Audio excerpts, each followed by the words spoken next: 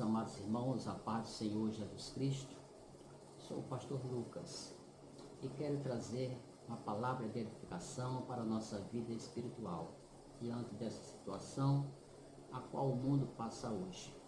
Convido você para, juntamente comigo, fazer uma leitura da palavra de Deus. Abra sua Bíblia no Salmo 46 e vamos ler os dois primeiros versículos, o versículo 1 e o 2, e na sequência iremos ler os versículos 10 e o versículo número 11. O Salmo 46, versículo 1 e 2 nos diz assim: Deus é o nosso refúgio e fortaleza, socorro bem presente na angústia. Portanto, não temeremos, ainda que a terra se mude, e ainda que os montes se transportem para o meio dos mares. O versículo 10 e o versículo número 11 nos diz: Aquietai-vos e sabei que eu sou Deus. Serei exaltado entre as nações, serei exaltado sobre a terra. O Senhor dos exércitos está conosco. O Deus de Jacó é o nosso refúgio. Graças a Deus que nós temos o Senhor como refúgio para a nossa vida. E eu quero neste momento orar com você. Ore comigo. Senhor Deus e Pai, rendemos-te graças, Senhor, por este momento, onde irei ministrar a Tua palavra. Senhor, te peço por cada vida que está nos ouvindo, nos assistindo, ó Deus, vendo este vídeo. Deus, também te peço pelos lares, Senhor, de todos aqueles que neste momento, Senhor, passam por essa situação. Pai, que Teu Santo Espírito nos ilumine, nos dê entendimento, Senhor, das Tuas santas Escrituras. Amém. Queridos irmãos e amigos ouvintes, quero trazer uma palavra de edificação para a nossa vida espiritual. Com base nesses textos, nesses versículos lidos do Salmo 46, eu usei como tema para esta mensagem: tempo de fé e não de medo. Eu costumo, sempre que eu vou meditar na palavra de Deus, começar com argumento filosófico, com argumento da filosofia. Né? O argumento filosófico, eu gosto de usar algumas premissas. Para quem não sabe o que é premissa, é um ponto ou ideia de que se parte para armar um raciocínio lógico. E eu usei as seguintes premissas. Primeiro, Deus é todo poderoso. Ele pode todas as coisas. Segundo, Ele pode cessar o coronavírus. Terceiro, o coronavírus não cessou. Quarto, se Deus pode e não cessou ainda, então por que Ele está permitindo? É exatamente isso que eu quero que você me acompanhe nesta palavra. Agora, eu preciso buscar argumentos e resposta na teologia. Buscar respostas em Deus através da sua palavra. Recorrer à Bíblia, que é a palavra de Deus. Há quem diga que há um grande perigo em declarar saber demais sobre os propósitos de Deus. Mas também é perigoso ficar em silêncio, deixando de dizer o que a Bíblia nos permite dizer sobre estes acontecimentos. Pessoas têm perguntado: onde está Deus diante dessa situação, diante dessa calamidade? O salmista profetizou que diante de calamidades, muitos iam questionar com perguntas oportunistas. O Salmo 115, versículos 2 e o 3, está registrado exatamente isso.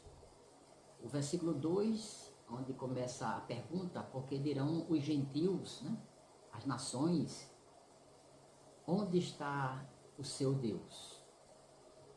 No versículo 3, tem a resposta: mas o nosso Deus está nos céus, fez tudo o que lhe agradou, fez tudo o que lhe apraz. O nosso Deus, ele está no seu devido lugar. O Deus dos cristãos, o Deus da palavra, da Bíblia, ele se encontra lá no céu, como está escrito, o salmista disse, acompanhando tudo isso que está se passando. Disse Charles Spurgeon, ele disse as seguintes palavras: precisamos de ventos e tempestades para exercitar a nossa fé, para quebrar o galho podre da autodependência e para nos enraizarmos com mais firmeza em Cristo. O dia mau nos revela o valor da gloriosa esperança. Diante disso, Deus usa o atributo da sua justiça, não para retaliação, mas por amor. Deus é bom.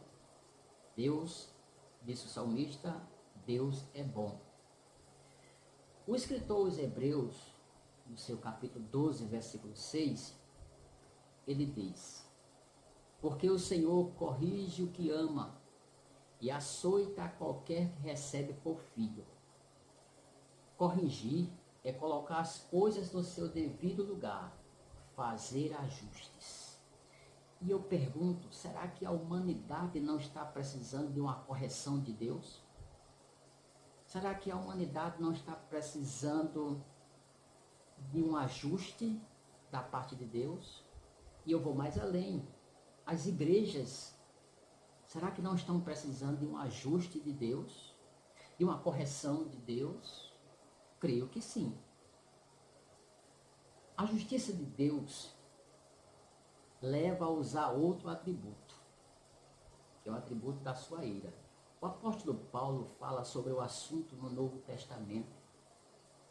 Em Romanos 2, capítulo 2, verso 5, diz que, mas segundo a tua dureza e teu coração impenitente, entesourarás ira para ti no dia da ira e da manifestação do juízo de Deus. Jesus Cristo, ele também falou sobre a ira no Novo Testamento. João capítulo 3, versículo 36, está escrito: aquele que crê no Filho tem a vida eterna, mas aquele que não crê no Filho não verá a vida, mas a ira de Deus sobre ele permanece. Queridos, Deus, ele é o justo juiz, é um juiz justo. O salmista, no seu capítulo 7, e os versículos 11 e o versículo de número 12, ele nos diz o seguinte, no versículo 11, Deus é juiz justo, um Deus que se ira todos os dias. E Deus se ira, querido amigo ouvinte, amado irmão, por causa do pecado da humanidade. O homem pecando desenfreadamente. O versículo 12 diz: se o homem não se converter, Deus afiará a sua espada. Já tem armado o seu arco e está aparelhado. Diante disso, Deus permite males. Sim, Deus permite males. O profeta Isaías bem falou. Isaías 45, versículo 7, onde está escrito o Senhor dizendo: eu formo a luz, crio as trevas, eu faço a paz, crio o mal, eu, o Senhor, faço todas estas coisas. Só quero aqui chamar a sua atenção para a questão mal. O mal aqui não está se referindo ao mal moral. Quando eu me refiro ao mal moral, estou me referindo a roubo, assassinatos, invejas e mentiras. Esse é papel do diabo, papel de Satanás, como Jesus Cristo ensinou em João 8, 44 e 10, 10. 8,44, Jesus Cristo disse, dizendo para a multidão: vós tende por pai ao diabo e quereis satisfazer os desejos de vosso pai. Ele foi homicida desde o princípio e não se firmou da verdade, porque não há verdade dele. Quando ele profere mentira, fala do que lhe é próprio, porque é mentiroso, é pai da mentira. E o capítulo 10, versículo 10, o Senhor disse: o ladrão não vem senão a roubar, matar e destruir. Eu vim para que tenham vida e tenha com abundância. O mal aqui em Isaías se refere a males naturais, como por exemplo, terremoto, tempestade, praga. Podemos ver alguns desses males no Antigo Testamento. Em Gênesis capítulo 6, verso 17, está escrito, quando o Senhor falou que ia trazer o dilúvio sobre a humanidade naquela época, ele disse, porque eis que eu trago um dilúvio de águas sobre a terra, para desfazer toda a carne em que há espírito de vida debaixo dos céus. Tudo o que há na terra expirará. Podemos também acompanhar no livro de Êxodo, capítulo 12, sobre as pragas do Egito, principalmente 12 e 29, onde o Senhor diz, e aconteceu que à meia-noite que o Senhor feriu todos os primogênitos da terra do Egito, desde o primogênito de Faraó, que se sentava em seu trono, até o primogênito do cativo, que estava no cárcere, e todos os primogênitos dos animais. Meu querido, Deus, ele permite males naturais. Ele permite todas essas coisas para ajustar. Mas eu quero também chamar a sua atenção que Deus tem seu caminho na tormenta e na tempestade. O profeta Naum, no seu capítulo 1, verso 3, ele deixou registrado assim: o Senhor é tardio em irar-se, mas grande em poder. Ao culpado não tem por inocente. O Senhor tem seu caminho na tormenta e na tempestade, e as nuvens são o pó dos seus pés. Então Deus tem o seu caminho nas tempestades, na tormenta. Deus, ele sabe o que faz. Foi num momento de situação de calamidade que os discípulos se aproximaram de Jesus para buscar por socorro, apaziguar a tempestade. João 8, 23 ao 27, está escrito que quando Jesus entrou no barco, juntamente com seus discípulos, eis que no mar se levantou uma grande tempestade, tão grande que o barco era coberto pelas ondas, ele, porém, estava dormindo.